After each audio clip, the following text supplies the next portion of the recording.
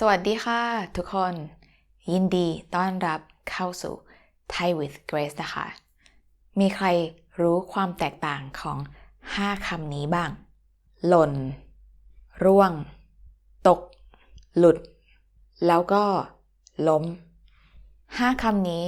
คล้ายๆกันนะคะในภาษาอังกฤษก็คือ to fall down แต่ว่ามันไม่เหมือนกัน 100% นะแล้วหลังจากนั้น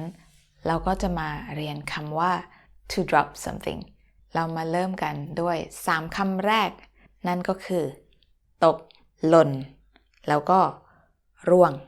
3คำนี้คล้ายๆกันก็คือการ fall down จากที่สูงไปที่ต่ำหลายๆครั้งเราสามารถใช้สลับกันได้ใช้แทนกันได้แต่ไม่ใช่ตลอดเวลาเรามาดูตัวอย่างกันนะคะตัวอย่างที่1 I fell into a hole ภาษาไทยคือฉันตกลงไปในหลุมฉันหล่นลงไปในหลุมฉันร่วงลงไปในหลุมใช้ได้ทั้ง3คำเลยนะคะตัวอย่างที่2 The water bottle fell from my hand ขวดน้ำตกจากมือขวดน้ำร่วงจากมือขวดน้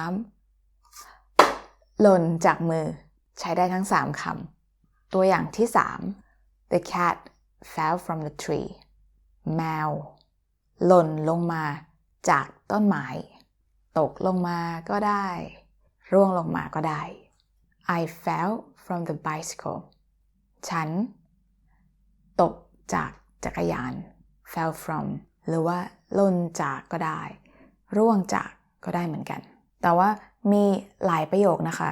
ในภาษาไทยที่ใช้ได้แค่ตกหรือว่าใช้ได้แค่หล่นหรือว่าใช้ได้แค่ร่วงเราจะมาดูประโยคกันนะคะตัวอย่างประโยคที่1 It rains ฝนตกห้ามพูดว่าฝนหล่นฝนร่วงพูดไม่ได้นะคะฝนตกเท่านั้นตัวอย่างที่2 I fell down the stairs ฉันตกบันได I fell in love ฉันตกหลุมรัก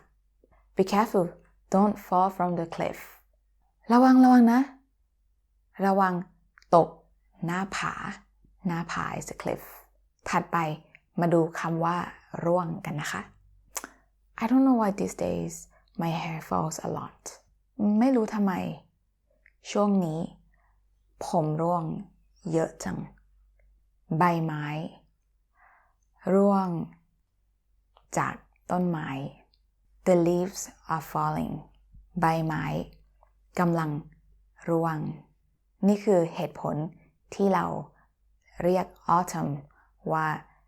ฤดูใบไม้ร่วงเรามาดูคำถัดไปนะคะคำว่าล้มใช้ใน2สถานการณ์สถานการณ์แรกคือ the tree falls ต้นไม้ล้มแล้วก็สถานการณ์ที่2คือ to walk and fall down เดินแล้วก็ล้ม to trip and fall ภาษาไทยคือสะดุดล้ม to slip and fall ภาษาไทยคือลื่นล้มคำสุดท้ายคือคำว่าหลุดในภาษาอังกฤษคือ to get detached to get loose to slip off and fall ตัวอย่างเช่นแหวนหลุดแล้วก็หาย the ring slipped off my finger and then I lost it and then it's gone oh my earring slipped off and fell oh ตุ้มหูหลุดไปไหน where did it go ตัวอย่างสุดท้ายคือ knot เป็น screw ใช่ไหมคะ knot หลุดหาย the screw slipped off and got lost สุดท้ายนี้เราจะมาเรียนคำว่า I dropped something ภาษาไทยง่ายมากนะคะแค่เติมคำว่าทำand then something แล้วก็อีก5คำที่เราเรียนตัวอย่างเช่นทำอาหารตก drop the food ทำมือถือหล่น drop the phone แล้วก็อย่าลืมนะคะว่า Grace มี Patreon สำหรับทุกๆวิดีโอที่อยู่ใน YouTube Grace จะมีวิดีโอ Patreon ที่เป็นวิดีโอแบบฝึกหัดหรือว่าอธิบายเพิ่มเติมนอกเหนือจากใน YouTube แล้วก็ถ้ามีใครยังไม่ได้ free ebookของ Grace 178 expressions and phrases in Thai กดในลิงก์ดาวน์โหลดนะคะ Grace จะเขียนไว้ใน description ขอบคุณมากค่ะทุกคน บ๊ายบาย